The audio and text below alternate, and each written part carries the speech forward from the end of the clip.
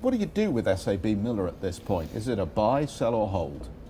Well, it was always going to be a difficult set of numbers because of the currency devaluations. Inevitably, SAB Miller operates in emerging markets where two-thirds in most of the markets, two-thirds of their cost of goods sold are linked to the US dollar, so they are very exposed to transactional FX movements.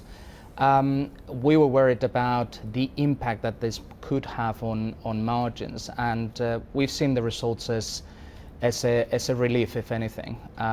We knew that they had reported pretty strong top-line growth, especially in the second half. It was a strong recovery from the first half.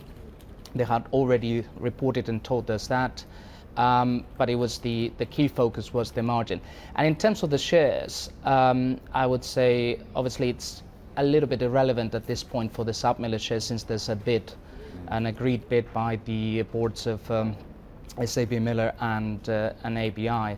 So it's got more relevance probably for ABI, since it will be the new owner of the company. Asahi has just come out and said they are not interested in putting their hand up for any of the European assets that may need to be sold as part of this deal ultimately going through.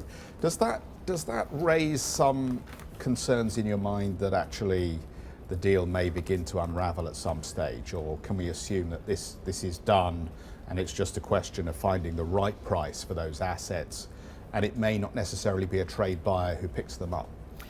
No, we wouldn't be concerned. I think even if we think that Eastern Europe is not the best place to do business in the beer world, because it's mostly fragmented markets, high per capita consumption levels, and therefore low profitability, low margins, there's still relatively a good number of potential buyers out there for these assets. They effectively, even in those markets where competition is tough, these are highly cash generative businesses, and people in private equity will be interested if you don't have any trade buyers, any obvious trade buyers, which they are.